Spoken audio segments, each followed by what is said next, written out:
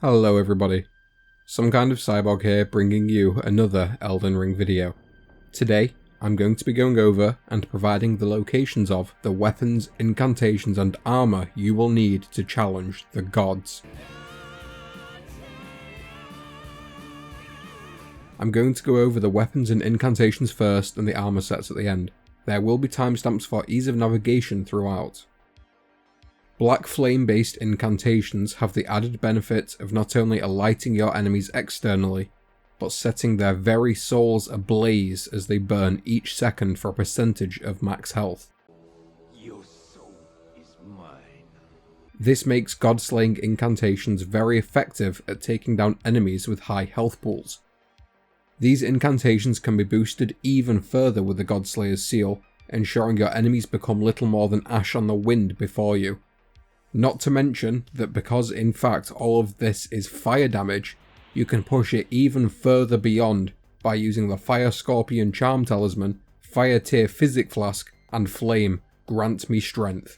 These are powerful techniques and weapons, and as such you will have had to progress past the midpoint of the game to unlock them all. I'm classing midpoint here as the end of Lindell, basically. There will not be any key spoilers, but there will be locations, names, and a few bosses referenced and shown on screen throughout. First off is the Godslayer Seal, Blackflame, and the Blackflame Blade techniques. The Godslayer's Seal is one of the best pure faith scaling seals in the game, and boosts all Godslayer incantations by default. It requires 27 faith to wield, and goes to a B scaling in faith at +1, an A scaling in faith at +9 as well as D in strength, and an S scaling in faith at +14. Fully maxed out, you will see an incantation scaling of around 274 with the minimum required faith to wield it. You can find this seal along with Blackflame and a Blackflame Blade all in the same location, and I'll go over the route in a moment.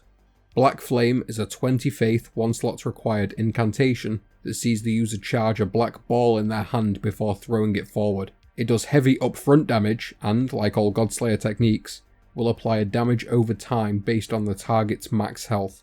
This makes it much better at damaging bosses and other enemies with higher health pools. Blackflame, like a lot of Godslayer incantations, can also be charged to see even greater damage and FP economy. Blackflame Blade is a 17 faith 1 slot required incantation that douses your weapon temporarily in black flame. The buff is incredibly short, but can be reapplied very fast out of combos, backsteps, and rolls. Whilst applied, it will burn enemies and then do damage over time for a few seconds. To acquire all 3 of these, you will need to progress through Stormveil Castle until you hit the Rampart Tower's Site of Grace. Simply leave the Site of Grace and then leap across the chasm. Drop down to your left and then once more, and then head down the stairs. Mind the rats and head to the far side of the room. Once there, use a stone sword key on the fog wall and descend into the revealed room to find 2 chests. In one, you will find the Godskin Prayerbook, and in the other, the Godslayer's Seal. Give the Prayerbook to a faith incantation tutor and begin your journey to learning the rites that will rival the gods. Next up is Scouring Blackflame, a 28 faith 1 slot required incantation that sees the user throw out a blanket of black fire before them. It is angled very strangely, and though it does pretty good damage, it is a nightmare to use against any humanoid sized or smaller enemy. In order to be effective, I've found that you have to use it unlocked and angle the camera down slightly. This incantation can be found along with our next weapon, the Godskin Peeler. The Godskin Peeler is a twin blade type weapon requiring 17 strength and 22 dexterity to wield.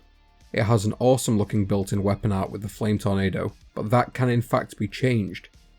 This weapon allows you to slot in Ashes of War and change affinity.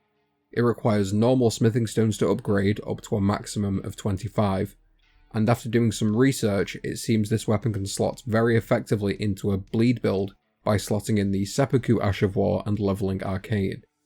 I personally don't play bleed builds, but it might be right up your street if that is your thing. You can find this weapon and the Scouring Black Flame in the northeast of Altus Plateau, close to the Windmill Village Site of Grace.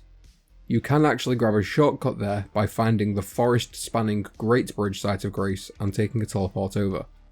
From the bottom of the Windmill Village, simply progress up to the top, and once you reach the summit, face the Godskin Apostle to claim his weapon and the Scouring Flame incantation. Next, we have Noble's Presence, a 26 faith, 1 slot required incantation that sees the user shake their belly like a bowl full of jelly before expelling an AoE wave of dark flame energy. It can be charged to do even more damage, and it does hit like a truck. The only difficulty is actually landing it. Against any enemy where the rare opportunity to let it rip fully charged presents itself, do as your character does, and grab your belly, laughing your exultation at how much damage this ridiculous looking technique is actually capable of. This incantation is acquired along with our next weapon. The Godskin Stitcher is a weapon requiring 14 strength and 17 dexterity to wield. It comes with an impaling thrust weapon art that will pierce shields, and it has an all-around pretty fantastic moveset. In particular, its running heavy attack has some of the greatest reach I've ever seen on a weapon.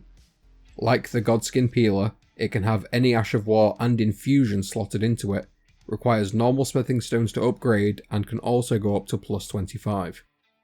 Once again, it seems the consensus to maximise this weapon is to integrate it into a bleed build, with seppuku and occult scaling.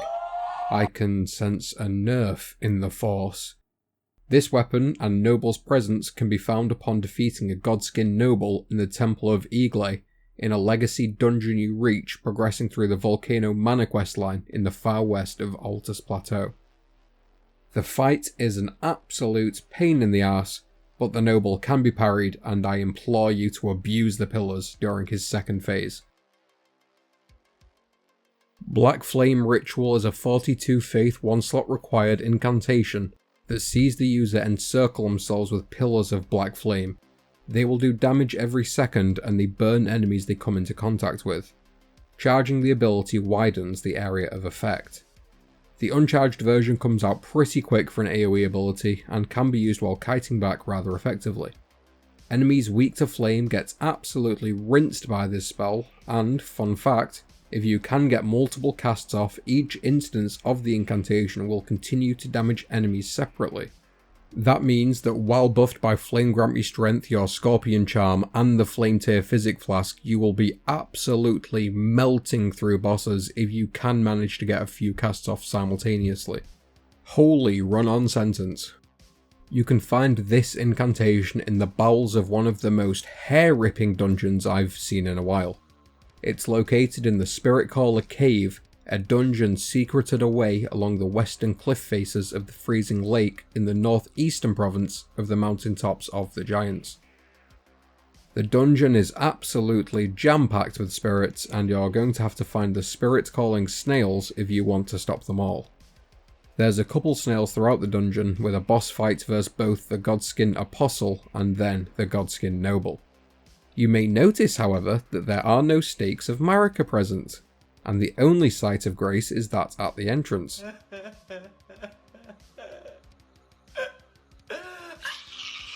That's right, folks. If you die here, you will have to run all the way back through every single time. I will shamelessly admit that this is one of the few fights where I hit the fuck it button and used my Mimic Tear Ash. Good luck grabbing this one, folks. Now, the final incantation is a bit of an involved process, however, there are plenty of guides for what you need to do. You're going to need to get to the first bonfire of Miquella's Haligtree, the Haligtree Canopy site of grace. Or Haligtree, I think is how they pronounce it. Generally, to get there, you need to find both halves of the Haligtree medallion, but I've heard there is a cheese path to it if you search around online. The only condition to actually trigger Ofnir giving you this spell is that you have visited this bonfire. He doesn't care how you get there. One half of the medallion is in the village of the Albinorics, an area in the southwest of the Liurnia of the Lakes, and don't let the map fool you here, the area is not in fact above ground. And the other is in the possession of Commander O'Neill in Castle Sol in the north of the mountaintops of the Giants. Once you have both halves, you can go to the Grand Lift of Rold and choose to use this new medallion to take the lift on a different path. You must now progress through this new area until you eventually access the Halig Tree. Once you have done that, go and speak to Gideon Ofnir at Roundtable Hold. He'll be so impressed he will impart unto you a secret rite. Blackflame's Protection is a 30 faith, 1 slot required incantation that sees the user bolster their form with the power of the Black Flame. Whilst under its influence, your damage negation will be increased by 35% for a whopping 70 seconds. It stacks multiplicatively with other damage negation sources, though it won't work with defense consumables like Crab and Prawn. It also cuts down your healing from flasks by 25%, and though that sounds bad, it's a relatively meagre trade-off. Against any enemy you know will be primarily throwing physical damage your way, this ability is absolutely bananas, and you'll straight up be walking through the majority of attacks. Use this with Golden Vow for maximum lols. Now, let's finally grab our flensed freshly fleshy attire and the final weapon. The Godslayer Greatsword does exactly what it says on the tin. A weapon requiring 20 strength, 22 dexterity and 20 faith to wield, it follows the Somberstone upgrade path up to +10. It gets a C scaling in dex at +2, a C in faith at +7, and a B in dex at +10. This is an excellent faith dexterity greatsword option going into the late game. The weapon art, the Queen's Black Flame, is an absolute killer, combining a fairly long range, incredibly wide sweep with crazy upfront damage and damage over time. It's slow to start up and has lengthy recovery frames, but if you catch an enemy with both parts of the weapon art whilst under the influence of all your flame boosting equipment, there won't be a scorch mark left of them. This weapon can be acquired along with the Godskin Apostle armor set. Both of these are located within the lowest depths of the Divine Tower of Caelid. It's best to come here after defeating Radahn so you can activate his Great Rune at the same time. Once you've navigated all the ladders on the outside, you'll come upon a Site of Grace. The ascending stairs lead to the rune activation, whilst the descending stairs will lead you to the Apostle. Head down the stairs and past the pair of knights. Drop down to the ledge and head to the end. Start sprinting and make the jump to the next ledge. It will crumble and fall away, but don't worry. Drop down to the broken platform and be surprised you don't die to fall damage. And now, where you see that tiny little mounted brazier, yes, that little thing, that's where you need to make your next jump. I wish I had a miracle solution for you, but no, that is the jump you're going to need to make. I advise not sprinting and jump before you hit the edge. Once you've done that, turn back on yourself and jump across the ledge, and then the next one. After that, jump down and you'll see a knight. Use whatever throwable or ranged option you do have and force him off the ledge. He will throw bombs once you're too close. Ascend in the lift and climb the ladders, and at the top you'll be able to open the door and access a shortcut back to the Site of Grace. With that done, go back down the ladders and continue down the corridor. There will be a monk to fight and show him who the superior fighter is. With that done, head out onto the small ledge and skirt around the edges, and once you're above a walkway, drop down and it will collapse once again. Head down there and get in the elevator. It will drop down and you'll be able to grab a Site of Grace. Run through one more monk and before you will be the boss door. Inside, a Godskin Apostle. Kill him and claim his armor. Once he is defeated, continue into the next chamber and open the treasure chest. Then raise up high the Godslayer's Greatsword. Finally, we have the Godskin Noble set to unlock.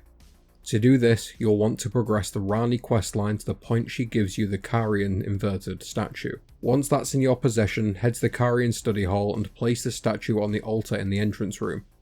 The tower will flip around. Simply progress through until you get to the point where you engage a Godskin Noble. Kill him and his armor will become yours. The robes will actually buff the damage of your Noble's Presence incantation. And there you have it, folks. Now you have the weapons, equipment, and incantations of those who follow in the footsteps of the Gloam-Eyed Queen.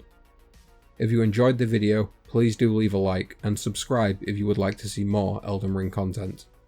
Until the next one folks, take care and have a good one. Peace.